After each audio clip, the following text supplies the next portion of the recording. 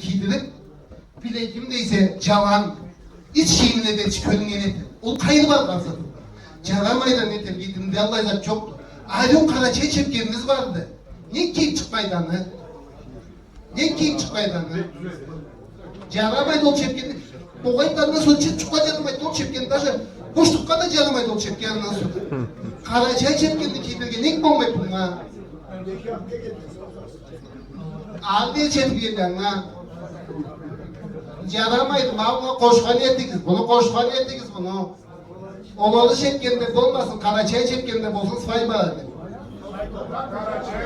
Sen şöyle söz alırın alıpla, tınlamagan sapayda söyleşkenleri, Kobalara, Tokum tamadaları, İmam Mahmud Hacı, Mablay'da Polçu Saray'dan, ondan sonra Rezalut Savuz'a koşkan etken biz. Eş bilirsin. Elimle hamde bakmadınız, koşmaz, geldik. Ay, kanelimiz, kalaytmayımız. Macazımız bırak kalkın. Koşulgan, ol adin isperlik demdir.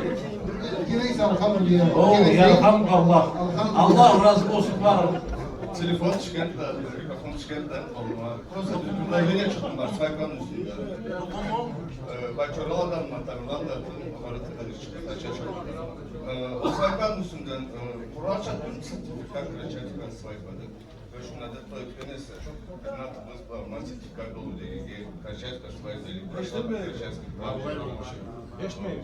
Tüzay'da da Svaytban'ın üstünden tınlağız, Svaytban'ın üstünden sertifikat kurayıptaydı.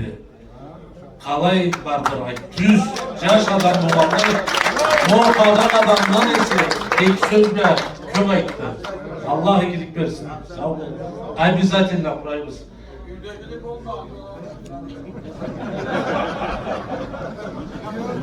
Bir kere geçmeklik Şerafettin bir anda başladı.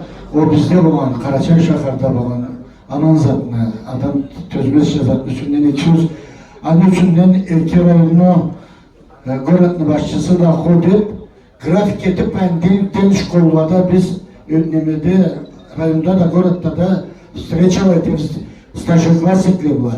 İsveç'te da Allah'ın annemizde